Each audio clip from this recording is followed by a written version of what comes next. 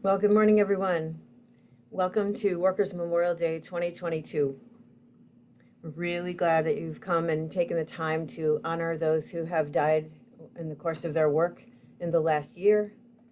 And we thank everyone for the work on this event, and we're going to keep admitting people and get our language translation system in place.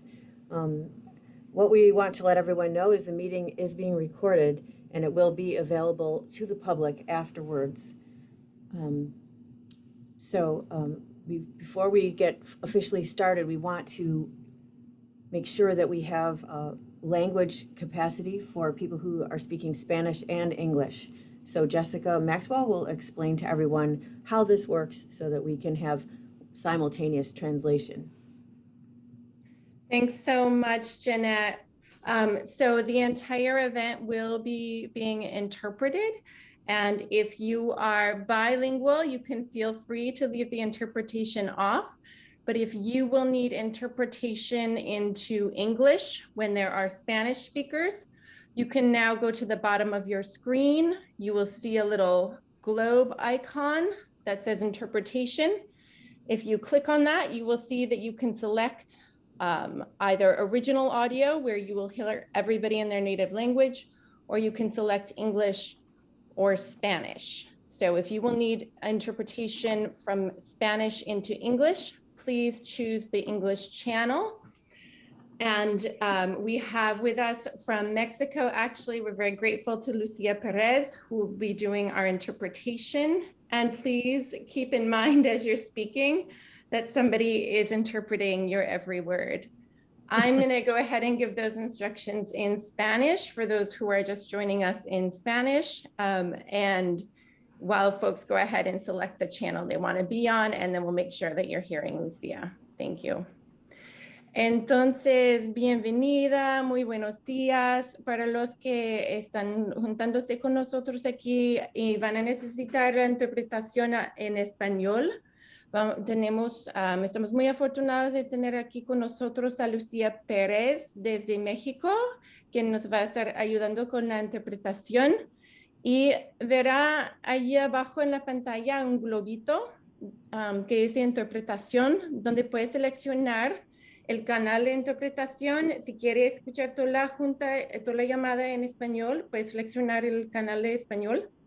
Si está en un celular, probablemente tiene que tocar la pantalla para ver el menú y luego tocar los 3 puntitos o la palabra más para ver las opciones de interpretación.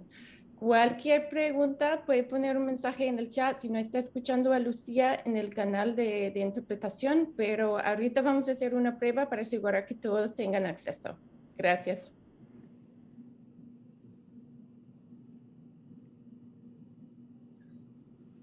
So, and I forgot to mention in English, if you're on a cell phone, you may not see the interpretation option. You probably have to hit those 3 little dots or the word more in order to see additional menu options, and that's where you'll see the language interpretation option. So can we do a quick check on the English channel? Lucia, thank you very much for helping us out. Can you speak on the English channel and we'll make sure everybody is hearing you?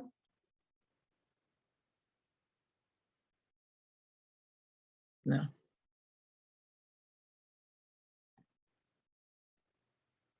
Can we get a heads up? Is everybody hearing interpretation? Oh, interpretation. Okay. I can't hear her. You cannot hear? No, I am actually speaking. Can you properly hear me now? Yes, we can. Yes? Okay. So I will. If you cannot hear Lucia, you can only hear her if you've selected the English channel right now. The interpreter can only be heard on the interpretation channel. So if you do not hear Lucia, double check under interpretation if you have a check mark next to the English channel. And Lucia, let's check the Spanish? Let's check the Spanish channel. Okay. So even if we don't need interpretation, we should go to the globe? Oh, okay. Yo te escucho en el canal de español, Lucía, se escucha muy bien, sí. Gracias. Okay, so I will put those instructions in the chat for folks who are joining late, but I think that we are all set.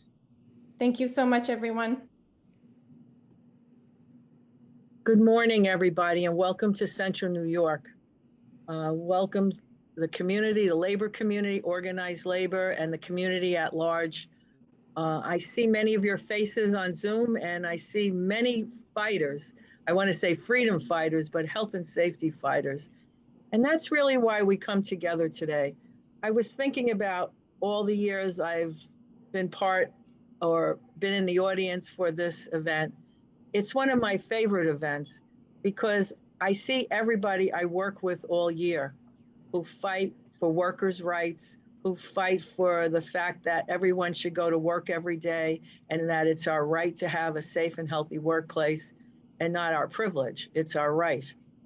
And it's also an interesting event because it's a sad event, obviously, because we remember everyone who died, many who died needlessly because of a lack of training or a lack of tools that were needed at their workplace and didn't get to go home that night, even though they had worked hard and given back to society. It's also an interesting event because it's where we come together, and the power at this event is enormous. And it helps each one of us get rejuvenated to go on and fight yet another year, even though we know that the probability of that will be back here next year, also mourning those who died at work. But it gives us the strength to continue the fight because we must never end it. We can't be defeated by despair. We have to go on in the hope that one day we will have a perfect workplace where we can all come together, simply do a day's work, get paid properly for it, and go home to our families that night in whole, as a whole individual and not in parts. So with that, I'd like to introduce Mario Cilento, who's the president of the New York State AFL-CIO, and he's going to address us in a video he taped, since unfortunately he can't be everywhere today.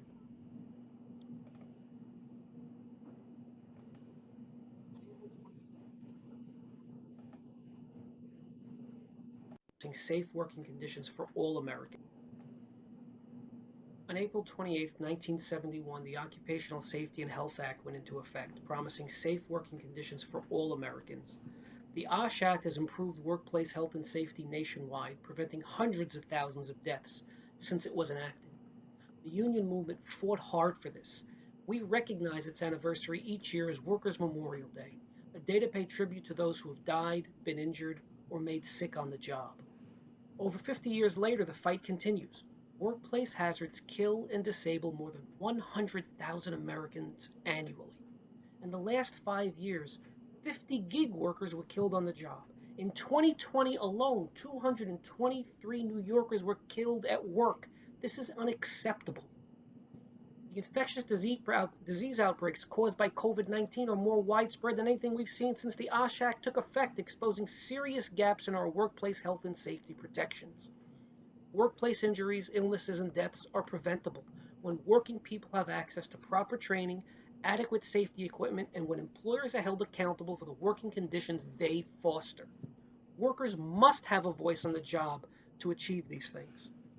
A recent Gallup poll found that 68% of Americans approve of labor unions, which is the highest approval rating recorded since 1965. Organizing campaigns are taking off all over New York State and nationwide. Working people understand that they have to come together to obtain the workplace protections they deserve. It's critical that we remove the barriers to forming a union so that workers who want to organize can. Penalties must be increased for employers who violate workers' rights so that working people can organize without retaliation and effectively bargain for a fair contract. Passing the PRO Act in Washington would bring these necessary changes. It's also important that we strengthen the Occupational Safety and Health Administration and provide them with the resources they need to enforce safe working environments. Due to understaffing, many employers and workers never see OSHA in their workplace, and the penalties for violations are too low to deter the bad actors. OSHA protection should be expanded to the millions of workers without it. Penalties should be strengthened, and stronger anti-retaliation provisions need to be put in place. The COVID-19 pandemic taught us that we must have a system to protect workers from airborne infectious disease outbreaks. In New York, we passed the HERO Act, which established a variety of industry-specific plans to protect workers from future airborne disease outbreaks that present a serious risk of harm to the public. Working people are the backbone of this state. They have made and continue to make unimaginable sacrifices to carry us through the pandemic. It is our responsibility to protect workplace deaths, illnesses, and injuries because workers deserve a safe workplace and a voice without fear or retaliation. Thank you.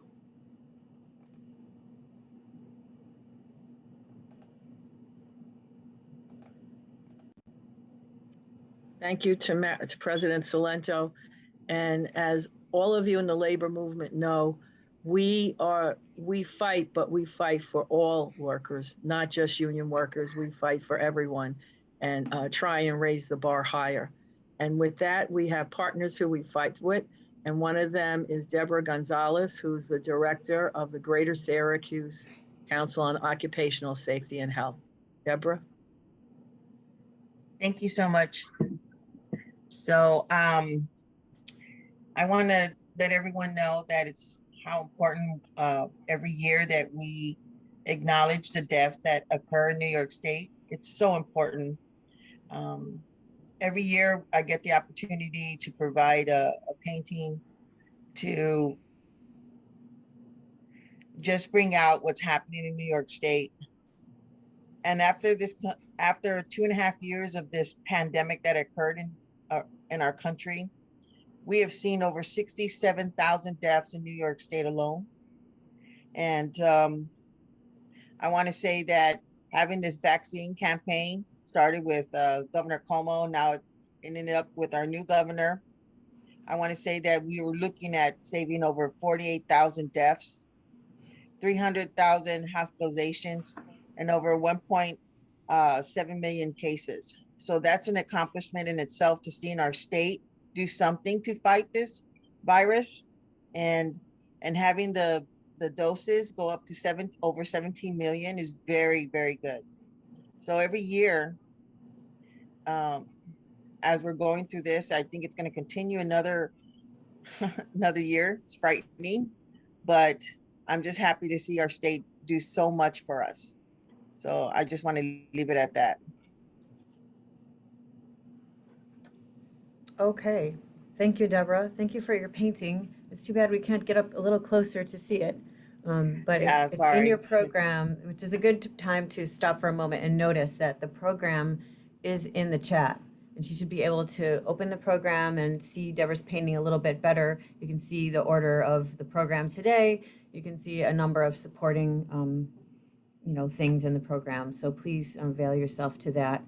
Also, I want to just take this moment to recognize the organizations that have been meeting together for many years now to put this event on, and to say that this year in Zoom and next year hopefully not in Zoom. So together we've been working on this with the Greater Syracuse Labor Council, the Central New York Area Labor Federation, the Greater Syracuse COSH, the Occupational Health Clinical Center, and the Worker Center of Central New York. So I'm Jeanette Zeckler. I work at the clinic, and welcome again to all those who came on during those initial remarks. Next, we have some remarks from the OSHA Area Director, Jeff Prebish. Good morning. Thank you for inviting me. Worker Memorial Day was established April 28, 1970 by the AFL-CIO to recognize workers who died or suffered exposure to hazards in workplace environments. It's also the anniversary of the OSHA Act going into effect and OSHA being established in 1971. And Worker Memorial Day is now recognized as a national day in countries around the world as World Day for Safety and Health at Work by the United Nations. According to the Bureau of Labor Statistics, there were 4,764 fatal work injuries recorded in 2020, which is the last year that they have data for. That's 3.5 fatalities for every 100,000 workers. But beyond that, many occupations with normally high rates of fatal injuries were shut down due to the pandemic. The data doesn't also account for workers lost to illnesses, including COVID-19. So Worker Memorial Day is a time to stop and remember all the people who've lost their lives while on the job. On this day, we mourn each of those lives. We reflect on the impact of their loss on their family and their community. And we recommit ourselves to our moral obligation and duty to protect the workers of America. Tragically, worker fatalities happen to people of all ages. No parent should lose a son or daughter in a workplace, just as their adult lives are beginning. No child should lose a parent as the parent is working to provide for their family. No family member or community should lose a loved one through unsafe conditions in a workplace. We mark Worker Memorial Day for the thousands of workers who die on the job and their families. Beyond the statistics, each death does unspeakable damage and leaves scars that will never fully heal. We remember these losses as we continue in our duty to protect the workers of America and prevent others from this terrible experience. We have to listen to the voices of workers everywhere. They know their jobs best and what it takes to do them safely. Their work is a central part of their life, so they're invested in it. They want to do a good job, they want to do it well, and they want to do it safely so they can go home to their families at the end of the day. People value safety and health for themselves and their families. It is and it should be a fundamental value to people everywhere. Because of this, we must do all we can to make sure that workplace safety is a core value in every workplace in America. Every worker, regardless of their language, gender, skin color, age, or citizenship status, has the right to be safe and healthy on the job. With more than 160 million workers in America, the scale and scope of the challenge can seem overwhelming, but it doesn't have to be. Safety and health management systems keep workers safe. OSHA's mission is to make sure that safety and health is a core part of every business and help business owners develop and maintain safety health management systems and maintain safety and health at their workplace for their workers. Once again, thank you for having me this morning. Thank you, Jeff. So well stated. And it really sets the tone for what we're thinking about today. So I appreciate you coming on and sharing.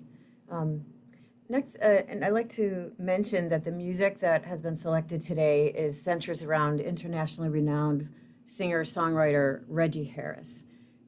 Reggie Harris is a friend of mine, and we thought he would be able to be here, but since he wasn't, too bad, we selected music we thought would be appropriate for today, and I just want to recommend him to you if you aren't aware of his great contributions to music in general. And for today, we have, throughout the course, we have 3 different selections by him, and the lyrics to his songs are, and the songs that he's chosen are in your program. So I will try to make Zoom do its thing here and share these, that their message speaks for itself.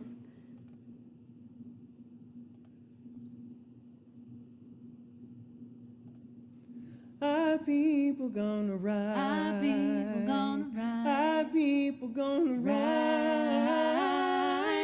Listen to our cries through the pain and lies. Our people gonna rise. Our people gonna sing. Our people gonna sing. Our people gonna sing.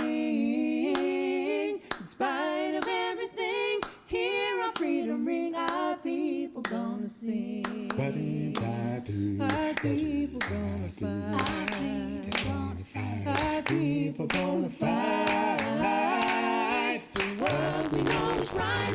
March into the light. Our people gonna fight.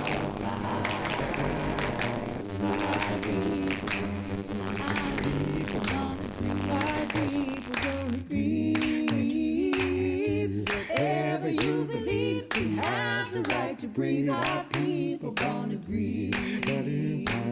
Our people gonna pray. Our people gonna pray. Our people gonna pray. Take our rights away. See you on election day. Our people gonna pray. Our people gonna rise. Our people gonna rise. Our people gonna rise. Listen to our cries. Through the pain and lies, our people gonna rise. People gonna rise. People gonna rise. People gonna rise. People gonna rise.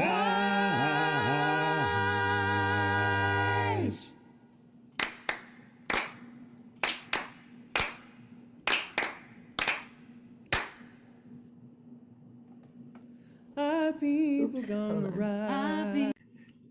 I always get this stuff messed up. Hold on.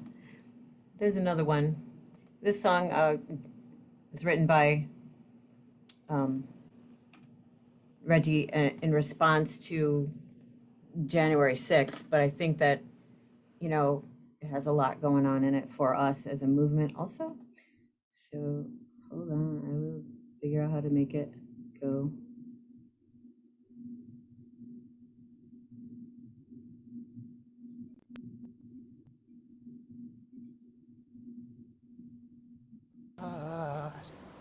I do believe, oh, we shall overcome someday.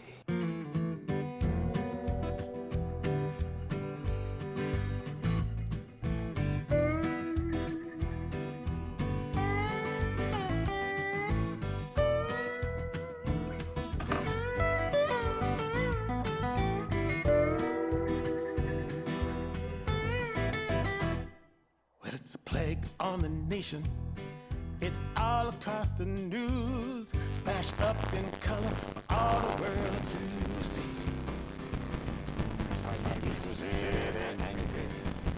People are confused, so I guess this just comes down to you and me.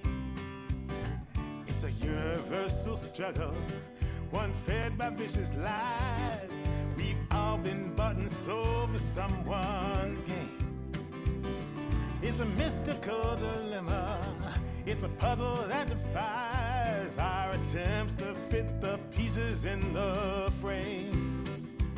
So we stand before the mirror and we say, why?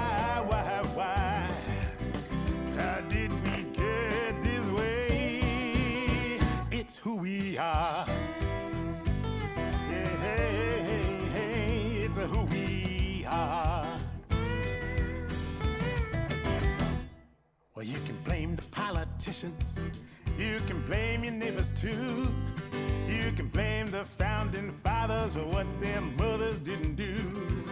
Well, the answer is quite simple. It's not hard to recognize. It's greed, it's self-indulgence, it's the fear of compromise. And a lot of introspection, where the truth is known to be. It's our choices that betray us. It's the lie that says we're free. And we stand before each other. We say, why? How did we get this way? It's who we are. Hey, this is who we are. Hey, it's not the be-all or the end-all. Vision by design. It's gonna take a revolution, and we're running out of time. It's who we are. Hey, this is who we are. Oh, but we can change. Hey, yes, we can change. Hey, but we can change. Hey, yes, we can change. Hey, we can change. Take up the challenge. Oh, I know. But we can change. Shape the future. Won't be easy. But we can change. Give up the notion. Run this race alone. Yes, we can change. Lift up the truth, 'cause we can't do this on our own. It's in our hearts, it's in our hands, it's in our minds. But we can change. We shall overcome someday. Oh, deep in my heart, I do believe, oh, we shall overcome someday.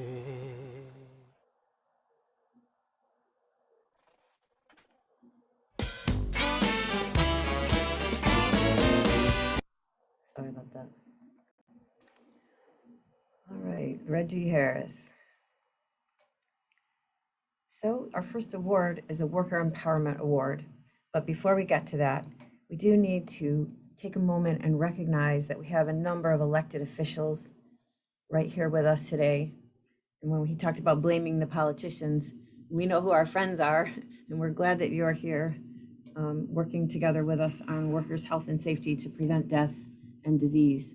So if you want to take a moment, we invite elected officials to put their names and position in the chat so that people can recognize them and know that they are here today. So thank you for being here and taking the time, those of you who are elected. So that's how we're doing that. And so the Worker Empowerment Award, every year, you know, there are workers who we notice, all of us can notice, are fighting hard. And the first, the Worker Empowerment Award goes to workers who were farm workers who were working on simply being paid for overtime that they work all the time.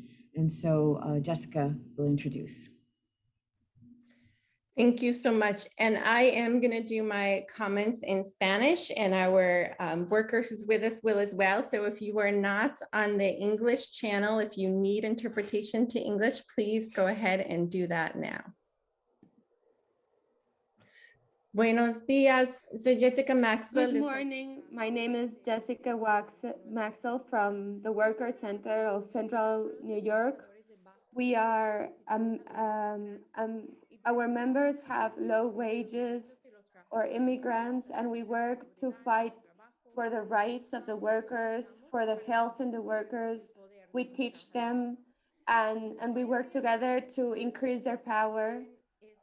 Probably most of you know this historical fight that many of our members took part in 2019 that ended up in a law of rights for the workers. This is a victory that took long years of racist laws that excluded workers for their rights and most basic protections, and that still excludes farm workers at a national level.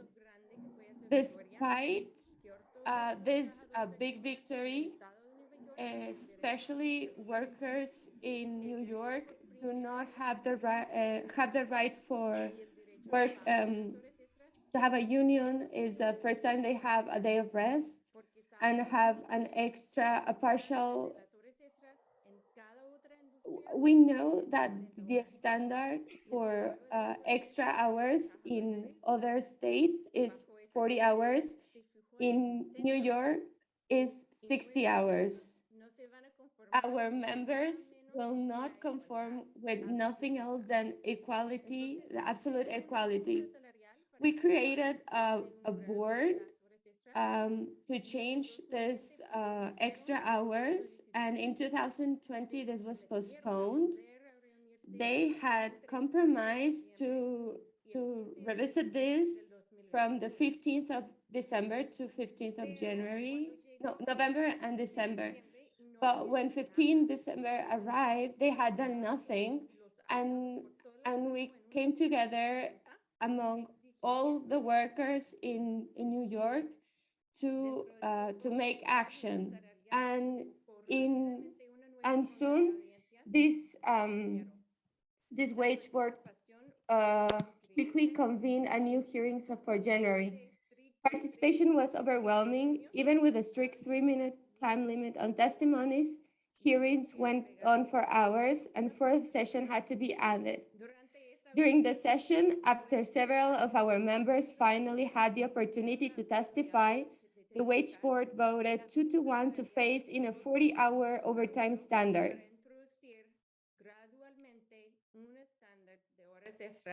De 40 horas para trabajadores agrícolas.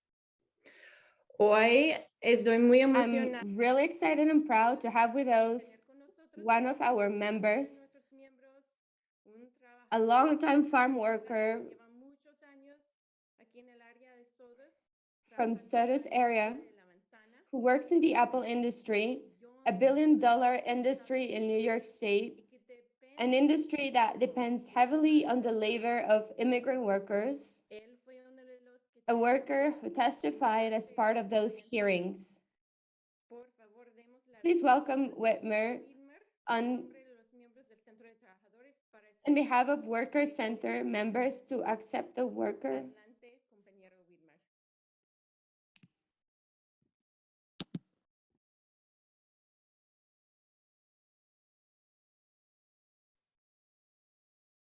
Y compañero, estás en mudo.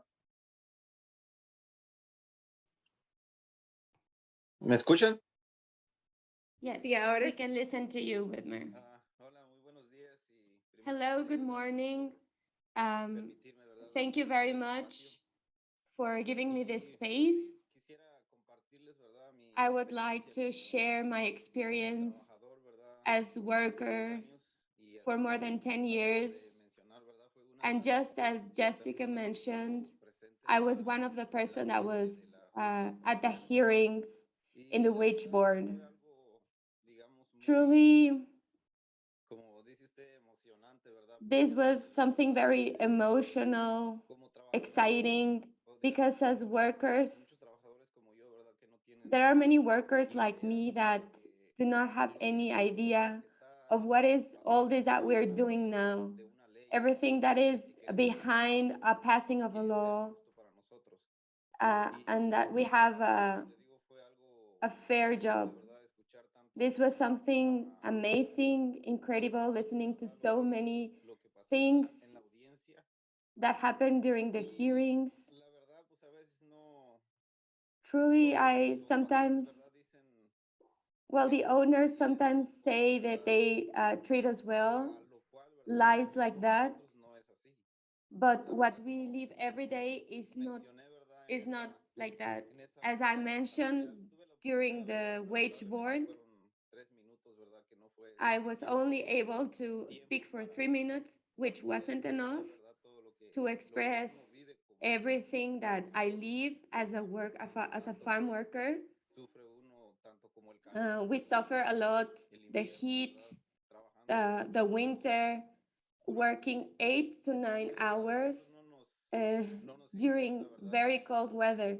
Si está cayendo It doesn't matter to us tenemos que trabajar if porque there's snow, tenemos que we sacar need el to trabajo work because we need to finish the work, we need to nosotros, ¿verdad? earn Que the money. estamos todo el año que somos locales, We, tenemos como we're más, working all year long. digamos como más responsabilidad porque tenemos We que have more sacar el trabajo responsibilities because we're working all year long. personas como And this is personas different visa, ¿verdad? Ellos that vienen por people 3, that 4 come with meses, visa because they come digamos, for ellos 3 or tienen 4 la months. cosecha, pero nosotros tenemos They más only come responsabilidad to pick up the en el harvest. trabajo porque We tenemos have que more responsibility hacer todo el because trabajo, el proceso, we need to do all the work, all the desde que process se empieza de, digamos, probar before and after the hasta harvest, conseguir el producto, ¿verdad? all the Es flowering, mucha finding tanto different products. responsabilidad para nosotros y There's a para lot of ellos, responsibility on us ¿verdad? in the Pues work, estamos muy felices y and orgullosos we de are que se very haya happy and we are very esta ley, proud ¿verdad? Digamos, es that un this poco law passed. tardado, ¿verdad? Pero pues es This algo took de a long que time, se ganó y estamos but felices. we Estamos managed. viendo, We're digamos, happy. digamos 10 años. Podría ser largo, It took us, tal vez para nosotros 10 years might seem que a long hemos time, estado trabajando but for us dirían, that we somos have been 10 working 20 for años this trabajando en esto. time, for some people it's 10 years, for other people it's 20 years. Gente, ¿verdad? We have families, we have friends, people from other countries, and they will be able to take advantage of their time. They will be able to work less. I have worked even 60 or 70 hours for a wage that is the same as others. So who wouldn't want to earn more money and work less? And everyone will want this. We're very proud, we're very happy to have been able to achieve this victory. Union makes the force. I appreciate all the organizations, all the people that is behind this. This was not easy. This was hard work in its time, but we need to do everything in our hands to make this possible. Sometimes we just want the results, but without help. But we need to help each other and be very grateful with everyone, all the institutions that helped. Thank you very much for giving me this space. Thank you. Thank you, Widmer Perez, for sharing that. There were many involved from the Workers' Center in that there were unions involved. There was a lot of heart, and it was really, the rooms were filled with farm workers that had been prepped by their farm owners to defend the farm owners. And so it was quite a stacked room against us, right? And I'm so glad to hear the news that it prevailed. And thanks for sharing. So that's a well-deserved award. The awards themselves are sculpture by a local well-known artist, and we'll be shipping those sculptures when they're ready, they're commissioned for the event. So next, I'd like to talk about this Resiliency Award. In the pandemic, we've noticed obviously that many various types of work were especially strained, being exposed and concerned about exposure to COVID. And we often think of the healthcare workers, which are so obvious. But one group that came very much to our notice in the clinic were the teachers. And when I was out in the community, not very much in the pandemic, mostly in Zoom like this, but when I was meeting with some workers in the community, teachers began to really express the extent of their stress. And we developed a project around that to think about resiliency, to try to think about how can teachers protect their health during these extra stressful times. And while we were out doing that, John Carilla really came to my attention. I think he's doing it all for his members and giving it all for his members. And that is what he feels he's just supposed to be doing. But I also found sometimes in those ordinary moments, something kind of extraordinary. So the award for resiliency is for John Carilla's work with the North, as president of the North Syracuse Educators Association. He was on a plane, so he could not be here, but he has shared his remarks for us. I can get it. I will. Good morning, everybody. Hold on, I gotta move something to expand something. First and foremost, thank you very much for this nomination and award. I am very humbled and honored. It has come as a surprise because in so many ways, and in full transparency, it's like an imposter syndrome. I am doing my job as so many in the same position that I am in. It's a great honor. And I will tell you, leading a union of 850 people has been one of the greatest experiences of my life. It allows me to provide layers of support, not only for the job that we do, but for the communities that we serve. So thank you. Right now, the education environment, we are coming back online after great transition. The transition of the pandemic where everything shut down on a dime and schools pivoted in that moment to an environment where so many of my colleagues and peers, that was brand new. We had no idea how to provide education online. We didn't understand some of the technology, and I want to thank our communities for providing us the grace and the support as we develop the skills that we need. Throughout that time, what we realized was that there is no replacement for in-person learning. And that in-person learning gave us such great opportunity to not only meet the kids that we have, but to really live the environment with our kids. That connection between teachers and students is very real, and I think everybody in the audience can understand that. We all have memories of our very favorite teachers and the connections that we've been able to make. Our schools currently, we're experiencing in so many ways this renaissance. We're trying to come back to the things that we knew worked very well for us, while at the same time carving away the things that either through the pandemic or before that didn't work for us. And with that, we can say for sure that teachers need the same thing that all workers in our communities need. We need supportive administrators and bosses that share our values, that are willing to engage in shared decision making, which truly in its mindset brings us to the table, asks us our views and opinions, and then helps us implement those things that we believe to be will make our industry stronger, that will support not only our school structure, but right down to the core of what our students need. We're seeking community partners in our work, and we always have. And I think that carries through with every industry as well, that our schools cannot function without the engagement of our parents and understanding that the work that we do is shared because we want the same things for our kids.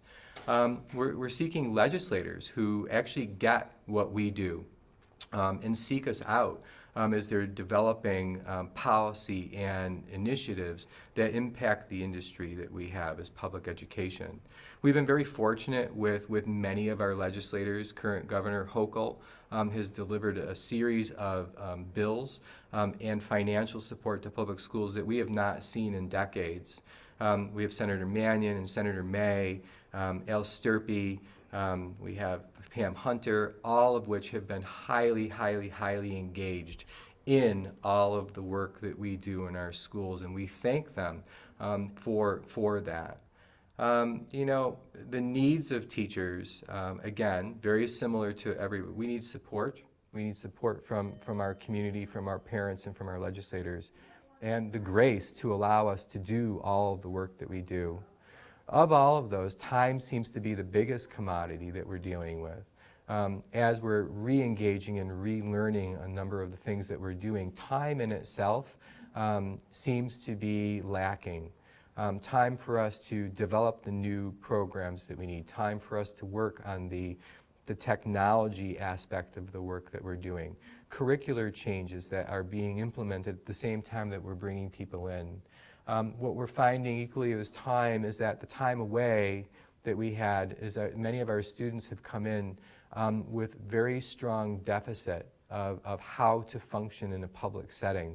Our kindergartners, our first graders, many of them not experiencing a public environment and then being brought into school. We're teaching them how to school. And then our middle schools and our junior high and our high school, just through the throes of adolescent development, many of our kids are coming in and experiencing remarkably high levels of anxiety, high levels of stress, multiple issues of suicidal ideations, which we've seen, you know, sadly, not only in our community, but many across Onondaga County. So what we're seeking in bringing forward in this conversation, and again, it's about funding public schools, assuring that our schools are fully funded so that we can take on all of the initiatives that we have to. Out of the government, we've been told, you know, social emotional learning, SEL competency, to assure that our student population understands how to handle their emotions as they come up to them, but also in that social structure that we expect all human beings to be able to have. When we talk about funding, the accountability of funding, not only for our public schools, has been very rigorous, but when we start talking about charter schools and the proliferation of charter schools in New York State, they need the same rigorous financial accountability that public schools have. When they take public funds and they do not or are not required to provide how they're using that money or how it's being tied to student engagement, student achievement, it is no longer a equal playing field. I am a strong advocate for community schools, and what I wholeheartedly believe, as well as NYSUT, New York State United Teachers, is that there needs to be community schools in every community in New York State. We talk about community schools. Community schools is a process, is a big wraparound service initiative that provides our kids with food, because so many of our families deal with food insecurity, provides medical needs in terms of inpatient clinics in schools and in next to schools to assure that families and kids have the medical needs met. Clothing. We have a number of kids that come to school that have limited access to clothing, have clothing insecurity, and quite frankly, at times need a change of clothes on the regular. So assuring that they have access to that. And for the families that are in our communities, that we have access to job training, affordable housing, training on financial needs, and predatory lending, to assure that as we make our way through all of this together, that the community school not only cares about the education of the child, but cares about the families in our community and supporting all of those needs. And why is that important? Is because when kids come to school and their basic needs of food and clothing and shelter are not met, how do we expect them to learn? A lot of research has been done on community schools, and for every dollar that's been sent, we get at least a $7 return on investment. That's a good investment. So in closing, I want to be able to share one of my favorite quotes, and it's from Mark Twain. And his quote, "Out of public schools grows the greatness of a nation." Our public schools continue to provide that for all of our kids, for all of our communities. And again, thank you very much for the nomination and recognition, and I hope you all have a wonderful breakfast.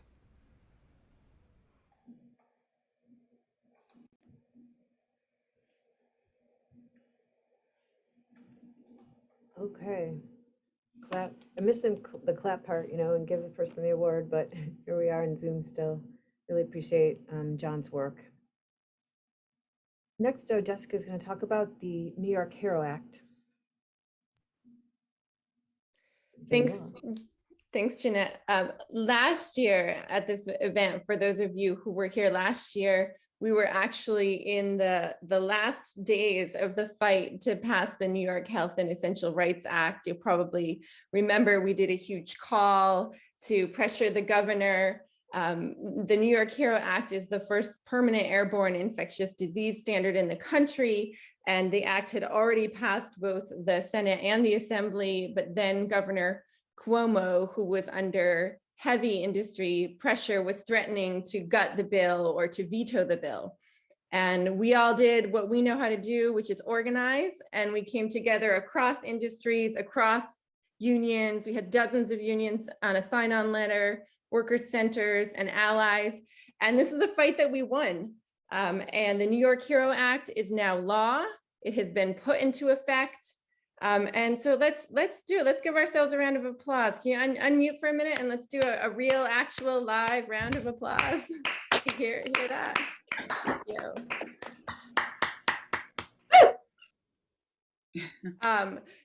But something important that we really want to highlight, because this fight happened during the pandemic, and we see that a lot of people think about New York Hero as a pandemic bill, a pandemic protection. But it is not just about setting safe and consistent standards for airborne infectious diseases in the workplace. New York Hero is an organizing tool to build worker power and to fight for better conditions, because under New York Hero, all private sector workers at employers with 10 or more workers must be allowed to form worker-led health and safety committees. This is huge for us organizing with unorganized workers in non-unionized workplaces. This is huge. And this right exists beyond public health emergencies, regardless of whether we are in a pandemic or not, regardless of whether the protocols of COVID-19 are in place. Workers have this right. This is a right that exists permanently now, a new right that we have won for workers in New York State. The Essential Workers Coalition that led this fight is now focused on implementation of New York Hero, because we know that step one is winning the campaign, but step two is making sure that those campaigns, those political victories turn into change on the ground for workers.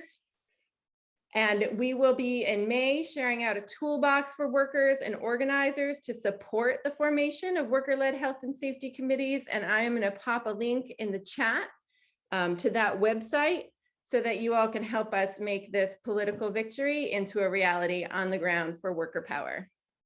Thank you. And I am going to pass it now actually to my colleague, Victor Hernandez from the Workers Center, to talk a little bit about another historic victory and ongoing fight, which is the Fund Excluded Workers campaign and the fight to expand access to unemployment benefits, which was another huge hole in the safety net that we saw during the pandemic. Victor? Hello, good morning to everyone. Thank you for having us here. As many of you may remember, last year we won a tremendous victory, which was $2.1 billion for workers who lost employment or salaries during the pandemic. This was the result of tremendous pressure put on by more than 70 organizations around the state.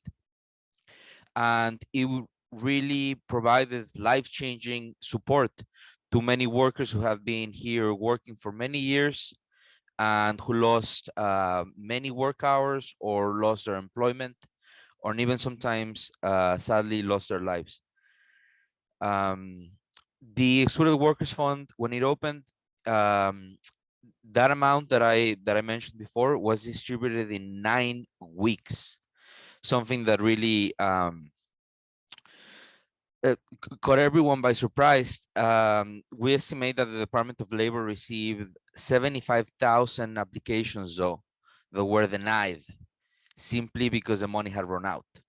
So many people who were eligible for this fund did not get to apply, did not get to receive it, or didn't hear about it until it was too late. And what we saw was that this money, which was substantial, it was a year of unemployment given in a lump sum, absorbed the pitfalls of other programs and served a larger population than anticipated. We're talking about people who were paid off the books, people who don't have documents, workers who are not listed on their lease, on their utility bills, also New Yorkers affected by Hurricane Ida. So we in this year, 2022, we fought for those people who had applied, but when the funds were already distributed, and we sadly did not receive, we did not win that the work of advocacy. Neither the Senate or the Congress or Governor Hochul really responded to our to the plight of these workers. So, but it was still a tremendous victory that was won last year, and there's steps forward, considering that this is just, we see it as one step toward the fight for unemployment insurance for everyone in New York State, in the sense that equal work, equal benefits, and what this will mean for our workers, especially workers who are working in ranches when they're in between jobs, will be a tremendous change for our community.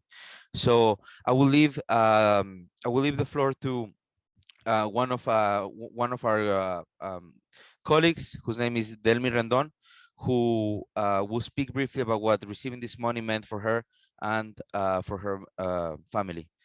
So take it away, Delmi.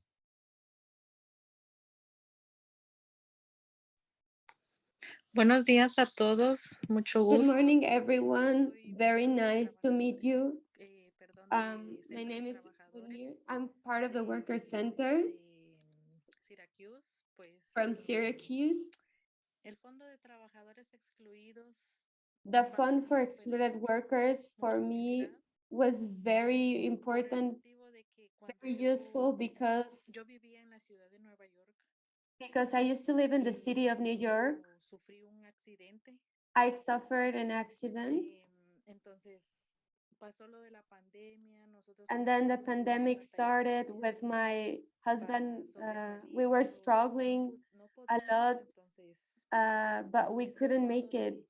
This fund, this workers fund for excluded workers, was extremely useful for us. This year, we managed to win this fund, so we will continue the fight to win another fund, because in the same way the pandemic affected me tremendously, there's a lot of people that also was affected. I'm not the only case. I can imagine there's even worse or more vulnerable cases. So I think we need to keep on fighting so that this fund becomes a reality. Thank you very much. Thank you. Thank you for sharing all about that, and so many things to fight for, so many things that we have gotten, and all these kind of things work together to protect workers in their whole lives, you know, not just one area. But for those who the protections were not enough this year and they met their deaths, that is why we're here, to honor them, to remember them, and to make sure that their deaths don't go unobserved. Carla Wingate will read the names as we usually do. Thank you, Carla. Timothy Joyce, Guy Peck, Jordy Gill, Aaron Funderburg, Maxine Quigg, Terrence O'Brien, Randall Rink, Wally Hicks, Rauf Maharam, Israel Martinez, James Miller,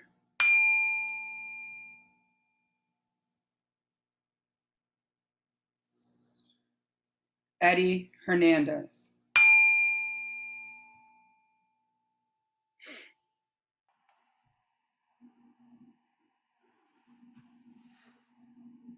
Thank you, Carla.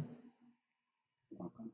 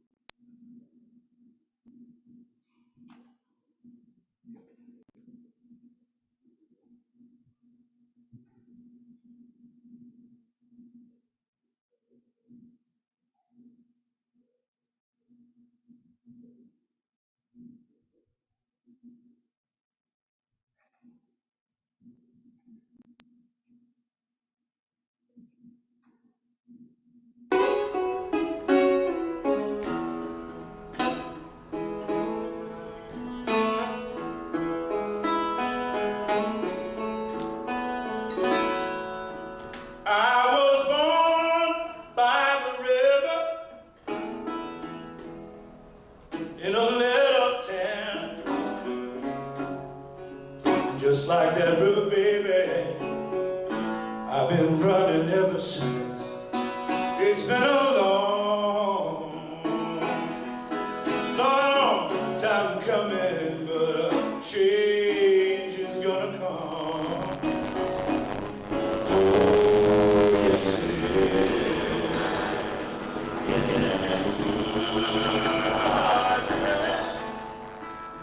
I'm afraid that don't know what's up there beyond the sky. It's been a long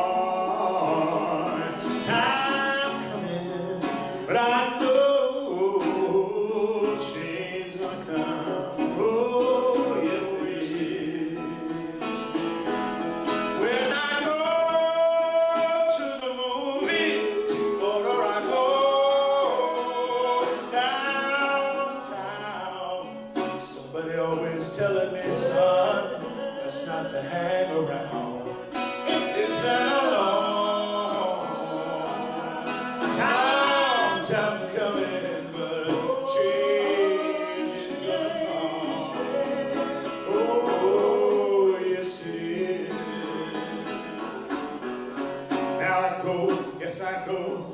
See my brother, and I said, brother, won't you help me please? But he winds up knocking me back down on my knees. Oh, there've been times I didn't think I was gonna last this long. Now I know I got the strength. I will carry on. It's been a long time coming, but change is gonna come. Oh, yes it is. It's been a long time coming, but change is gonna come.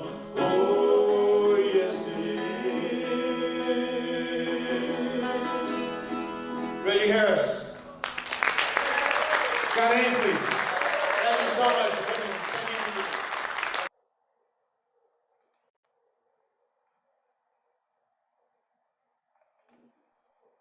Okay, next we have the Bob Tompkins Lifetime Achievement Award, which is being awarded for Jim Valenti, and Michael Ax will introduce this award.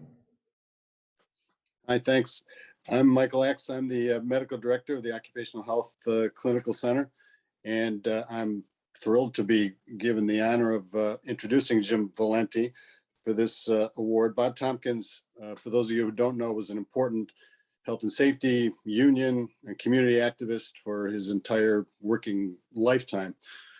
So this award's named after him, and I think giving it to Jim is very fitting for his lifetime work. I was only given 1 minute to do this introduction, and you know, to talk about Jim's achievements in 1 minute, even the ones I know about, it would be impossible. So I'm just going to summarize a few that I know about, and there are many that I don't know about. I first met Jim over 30 years ago when I started working at the Occupational Health Clinic, and he was a international health and safety rep for the Steelworkers Union. He was in Pittsburgh at the time, but he came back to Syracuse, his hometown, from time to time to do some work and visit. And then after he moved back here to Syracuse full-time to be a rep for the Steelworkers, and then eventually now in his position, he's the sub-district area director. And he never told me this explicitly, but I've heard him speak about things from time to time. And but I think that Jim got into health and safety because he was working originally at Allied Chemical and became personally affected by mercury poisoning. There was an epidemic of it there, and I think that sort of stimulated his interest in safety and health. And I think the reasons that Jim is getting this award, at least from my perspective, I would list a few. One is his unwavering dedication to union members and to his union members, other union members, and to working people generally. I think Jim has a broad vision of what it means to be a union and labor leader, and he has a breadth of vision that I think is unusual, and sees the union movement as being kind of a spearhead of progressive political change in this state and in this country. In addition to that, I think anybody who knows him knows that he's exceptionally tenacious. When he gets into a struggle or into a fight, he'll stick to it for as long as it takes, win or lose. And I think if any of us have been around for a while, remember Landis Plastics, you remember that as just one example. I've also seen Jim take on issues that are really difficult to take on in a very sort of straightforward and effective kind of way, meaning things like racism and things like sexism among even his own union or in the broader movement, in a very effective and important sorts of ways. For us, meaning the Occupational Health Clinical Center, and for safety and health generally, I think Jim has been a rock of reliability in terms of he does what he says he's going to do. He shows up for things when he needs to, not just for photo opportunities, but he's there as a super reliable person, and not just reliable, but also he's always willing to speak his mind, and he always does so. But he does so in a way that's always constructive, and I think in a way that's constructive, even if it's critical, in a way that's forward-looking, and in a way that's creative, and in a way that's always thinking about context and thinking about the future and thinking about the implications and thinking about strategy. And Jim, he's taught me a lot over the years, even though we don't see each other that often. But he's taught me a lot about health and safety, about how unions work, and how we should be relating. We as a clinic need to be relating to unions. So I think that just to finish introducing him, I would just bring up the old idea of that goes back, I think, to the International Workers of the World, who said, that an injury to one is an injury to all, which applies to health and safety, but can be applied more generally, the idea of solidarity, and that is we're all in this together. And I think that Jim and his work and what he's done in health and safety, but also in the labor movement generally, really sort of embodies that very fundamental sort of idea. So I am honored to be presenting this award to Jim Valenti.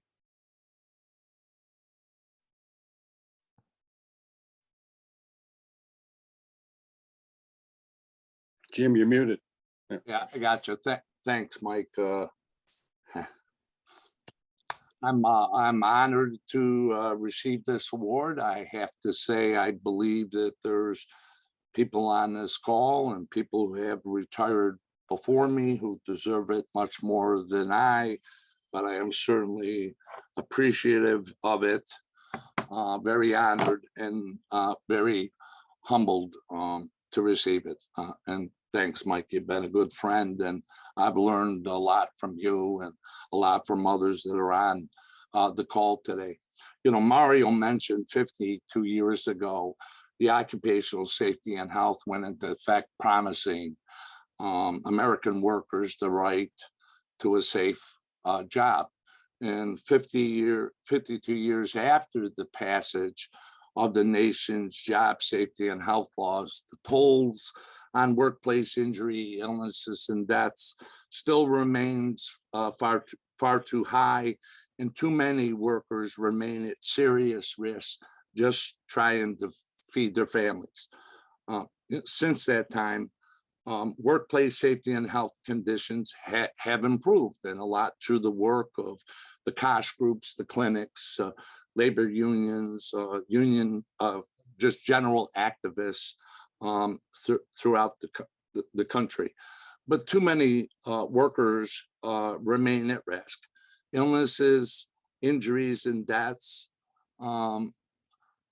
as we are exposed to newly introduced chemicals in the workplace, infectious disease outbreaks, workplace assaults, and other preventable workplace tragedies continue to occur. The current fatality rate has remained stagnant. I don't know whether we should be happy about that. I'm not happy about that. It should be diminishing significantly. And on-the-job injuries and illnesses continue to be severe undercounts as to the real problems in the workplaces. Couple statistics you've heard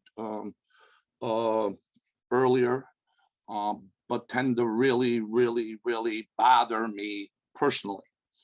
Mike had mentioned I had a personal problem with mercury poisoning. I was one of the lucky ones. Several of my coworkers were not so lucky. They were sterilized because of their exposures to mercury, but an estimated 95,000 workers die each year from occupational disease. Latino and Black worker fatality rates are increasing significantly. These workers are at greater risk of dying on the job than all other workers. It's intolerable. Musculoskeletal disorders continue to make up the largest portion of work-related injuries and illnesses at 30%. Yet there's no OSHA regulation to prevent it. Over the past 5 years, workplace violence cases have increased each year, while more than 30,000 violence-related lost time injuries were reported. Workplace violence is the third leading cause of workplace deaths. Unbelievable. Women workers are at greater risk than men. They suffer 2/3 of the lost time injuries related to workplace violence and were 5 times more likely to be killed in the workplace than men. And yet there's still no OSHA standard dealing with workplace violence. The Black worker fatality rate continues to be higher than the national average. Last year, the number of minority workers who were killed on the job was the highest number in more than 2 decades. We can't keep going like this. Older workers that are a higher risk than ever before. Utilization of exotic shift schedules, mandatory overtime, 4 6 and 7 day work weeks are contributing factors. More than 1/3 of all workplace fatalities occurred among workers age 55 or older. And workers 65 or older have nearly 3 times the risk of dying on the job as other workers, with the fatality rate of 9.4 per 1,000 workers. Yes, there's a lot more work that needs to be done. The battle cry for deregulation, the hype on global competitiveness has negatively impacted worker health and safety protections on the job. Now, I believe OSHA compliance out there are trying to do the best they can, but let's look at the truth in the numbers. There's roughly 2,000 OSHA inspectors, state or federal, throughout the country. I think it's 800-900 federal, over 1,000, maybe 1,100 state OSHA plan inspectors. And they're required to inspect 10.1 million workplaces under the Occupational Safety and Health Act's jurisdiction. It'll take about 84 years for those safety and health specialists, regulators, to inspect every one workplace just once. The number of OSHA inspections last year was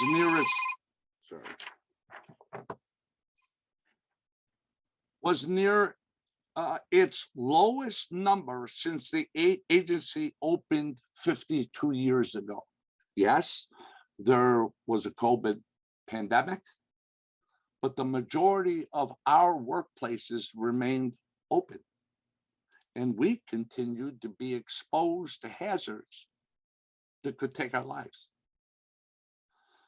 There is one health and safety inspector, regulatory inspector, for every 82,881 workers. The current OSHA budget amounts to $3.97 to protect each worker. That's where our priorities are at. Since the passage of the OSHA Act, there has been only 110 worker death cases that have been criminally prosecuted under the Occupational Safety and Health Act. And in Mario's earlier comments, we've got to hold employers accountable for not providing their workforce with a safe and healthy workplace. You know what OSHA's success rate was in those 110 prosecutions? Less than 1%. And oh, by the way, that's about 2 criminal prosecutions per year since OSHA came into effect. The median penalty for killing a worker on the job was a little over $13,000 under federal OSHA. In state-run programs, half, under $6,000 for a death on the job. Yes, there's a lot more work that needs to be done. I mentioned earlier that approximately 95,000 American workers die each year because of occupational illness. And yes, I'm sensitive to it. I dealt with it firsthand. One of the Occupational Safety and Health Administration's primary responsibility was to protect workers from toxic substances. Since Congress enacted the Occupational Safety and Health in 1970, OSHA has issued comprehensive health and safety standards for only 18 individual chemicals and one separate rule for 14 carcinogens. OSHA issued most of these chemical standards in the first 2 decades of its existence, and only after those chemicals have proven to be very dangerous, stacking caskets of American workers. There has only been 2 new chemical standards since 1970. 2, only 2. The most recent silica in 2016, and many of us worked on the beryllium case in the beginning of 2017. Today, there are approximately 84,000 chemicals in commerce, most of them unregulated. The OSHA permissible exposure limits in place under 29 CFR 1910-1000 that set forth the quote, safe working exposure limits were adopted in 1971 and were codified by the Conference of Governmental Industrial Hygienists threshold limit values from 1968. Most of these limits were set by ACGIH in the 40s and 50s based on scientific evidence available at that time, 1940s and 50s.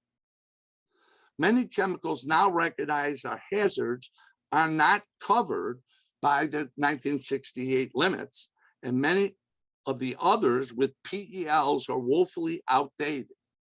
In 1989, at the urging of organized labor, the United Steelworkers being one of those, we attempted to force OSHA to update these limits, but the revised rule was overturned by the courts. Does that sound familiar with our COVID regulations? OSHA's system for addressing toxic substances in the workplace is broken. It's just broken. Its standard setting process has become unduly burdensome and lengthy, in that the agency is under no strict timelines to establish protections for chemicals. According to a recent congressional report, it takes OSHA between 4.3 and 11.5 years to issue a new standard, or an average of 8 years. The most time OSHA has taken to complete the rulemaking process was 19 years each for the 2 most recent chemical standards, silica and beryllium. The result of all this is that OSHA does not regulate many serious chemicals at all. Most chemicals are subject to weak and out-of-date requirements. Current permissible exposure limits are based on 40s, 50s, and 60s medical data, and working men and women remain unprotected from chemical hazards at their workplaces. Recent A recent Bureau of Labor Statistics study estimated that the occupational injury reporting, the numbers we rely on measuring success, was underreporting by a factor of 3x. And that the occupational disease reporting stats was underreported by a factor of 5x. So it's not 95,000, it's probably 500,000 workers are dying each year from occupational disease. Yes, there's much more work that needs to be done. As most of you heard in my introduction by Dr. Lax, I've been in the safety business since 1977 as a health and safety specialist for the United Steelworkers. It's been 45 years for me, and I'm not ashamed to admit it.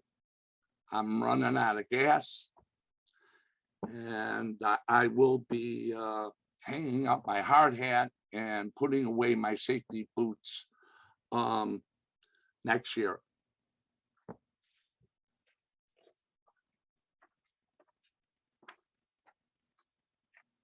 I'm very optimistic that when this old soldier kind of fades away, that there's a lot of talented, young, energetic people, workers, who will advance this movement far beyond even what I thought could be. In my role as subdirector, I've worked with a lot of young people, young members, and I gotta tell you, they're talented, they're full of energy, they're resourceful. It's unbelievable. So I'm very honored you gave me this. There's still a lot of work to do, but I can assure you, we'll be in good hands with these young people. I know we will. Thank you very much.